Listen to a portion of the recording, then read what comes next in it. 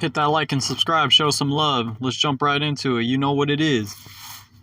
So basically, Boosie had to sell everything. He had to sell all of his cars individually, the trucks, the SUVs, and the lowriders. And then he had to also basically, the Rolex. And he had to sell the Rolex because he needed all that money because he knew the feds was about to sweep. And so that's the only reason, because the whole situation that happened with Duke the Jeweler, everything that had been coming along, his cousins and the people that Boosie hung around, it was time where the things were starting to be revealed. And basically, he was trying to clear everything off, like liquidation sale, yard sale, garage sale. Like the reason why people sell off everything like that, if they're in a situation like he is mostly because they're trying to get back as much as they can, because they need to use that to get themselves out the jam. And so that's really what's going on. Like Boosie, for him to auction off his vehicles like that, and he even has some of the jewelry as well, like the pieces that he got from Duke the Jeweler, the jewelry that was still missing, the Rolexes and the $250,000 chain, and the fact that he tried to get his the Bentley truck that he gave to Tootie Raw. He had to take it back and basically put it out on the for sale market. And basically, because he already used it and Tootie Raw did too many burnouts in it and everything like that, it's not worth as much anymore. The oil changes on that Bentley is like $11,000. And so what you guys have to understand is that he thinks that, okay, if he needs the $1 million, then if he only has the cars and all that to sell, then that means he's not going to get the full $1 million, even if he had $1 million in cars, because everybody knows that the cars be depreciating like that.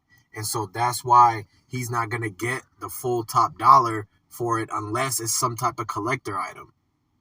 And the only ones that are going up is them certain type of Ferraris, the certain type of them old 1960s, them classic cars where they done already depreciated, and now the value's going back up because they're trending.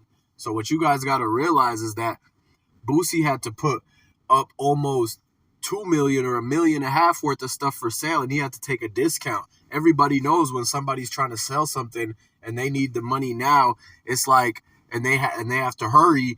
That's when the people are going to come in and they're going to throw them a lowball offer. When they lowball people, it's because they understand that the people are, it's an opportunity. Like they don't need that anymore. They need the money more than they need the item.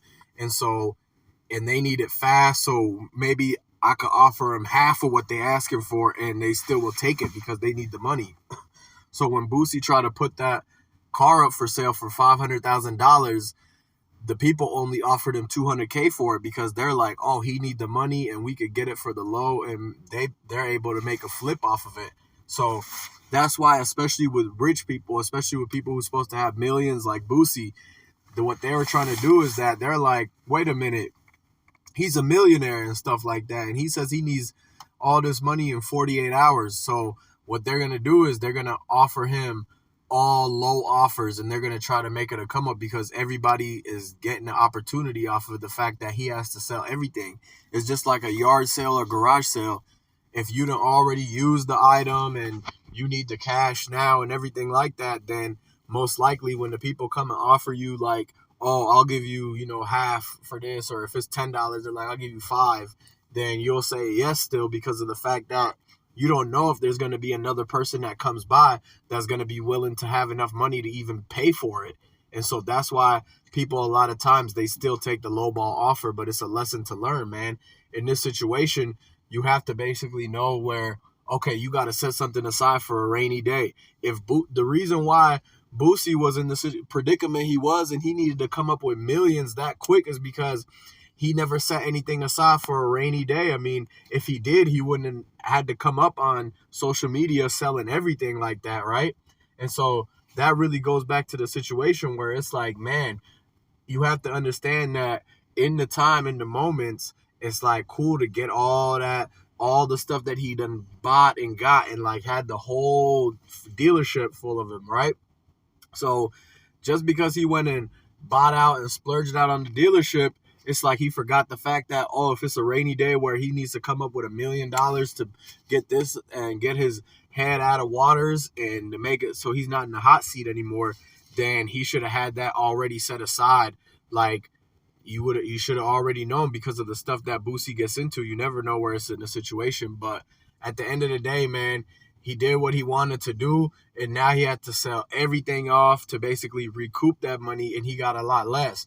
Where instead, if he would have put something aside for a rainy day and maybe flipped that money up a couple times, he probably would have had no problem up in the mill in 48 hours, because he already made that mill off of money he done put away for a rainy day, and it invested, and it done doubled and tripled up.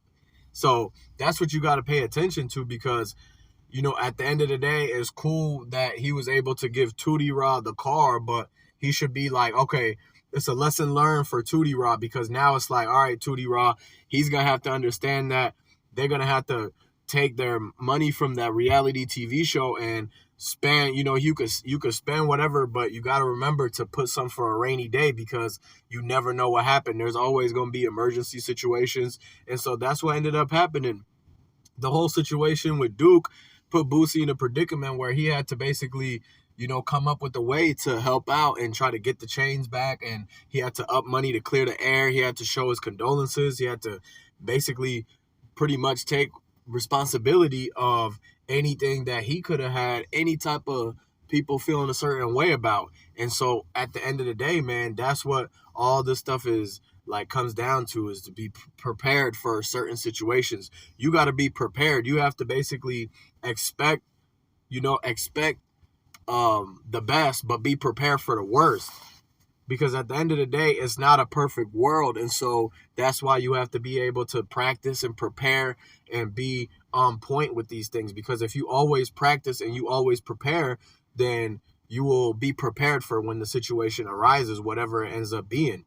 And so that's real important, because a lot of people, they losing sight of the fact that they're not paying attention to the details. They're not crossing the T's and dotting their I's and making sure that everything is on the same page, their whole team on the same page, everybody moving the same way.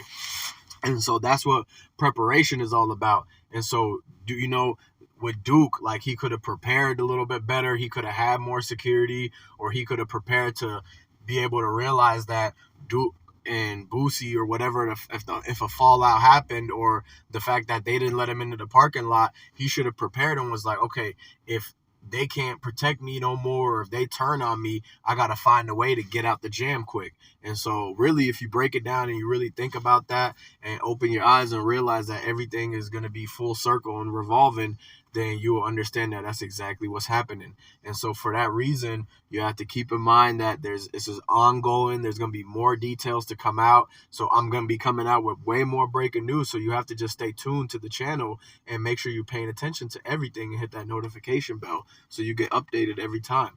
Other than that, make sure you like this video. And if you're new, subscribe to the channel. And I'm going to catch you on the next one. I'll see you there.